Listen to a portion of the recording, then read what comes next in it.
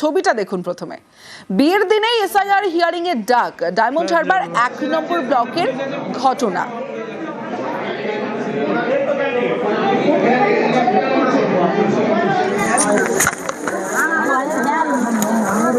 আনিসুদ্দিন রয়েছে আমার সঙ্গে, কথা বলবো আনিসুদ্দিনের সঙ্গে।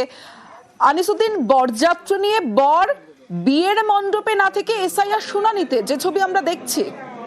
একেবারেই দেখো, ডায়মন্ড হারবার 1 নম্বর ব্লকের যে বনসিদ্ধি কালীনগর গ্রাম পঞ্চায়েত রয়েছে, 60 গ্রামের 262 নম্বর বুথের ঘটনা, যেখানে এলাকার বাসিন্দা আনোয়ার হোসেন খান, তার আজকের বিয়ে, এবং সেই বিয়ের আগেই তিনি শ্বশুর বাড়িতে যাওয়ার আগেই কিন্তু তিনি বরযাত্রীদের নিয়েই একেবারেই শুনানির যে সেন্টার, সেই শুনানির লাইনেই তিনি দাঁড়িয়েছেন বরের ড্রেস পরে। এটা তার অভিযোগ। মূলত যে আনোয়ার হোসেন খান সহ তার পরিবারের প্রায় 38 জনের নামে শুনানির নোটিশ করা হয়, এবং তার বিয়ে ছিল আজ।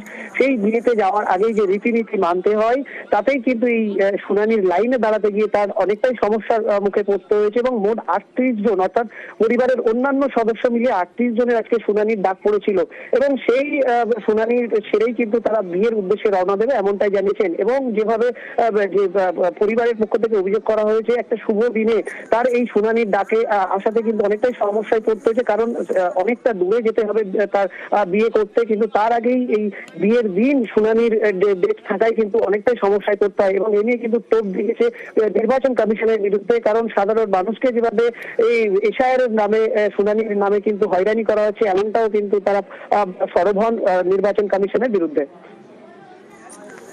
বেশ, এর জন্য দায়ী নির্বাচন কমিশনার। আমাদের 48 জনের মতন বরযাত্রী রয়েছে, 38 জনের হেয়ারিং এ ডেকেছে। নথি জমা করলেন? হ্যাঁ, নথি জমা করেছি, রিসিভ কপি দেওয়া হয়েছে। রিসিভ কপি দিয়েছে।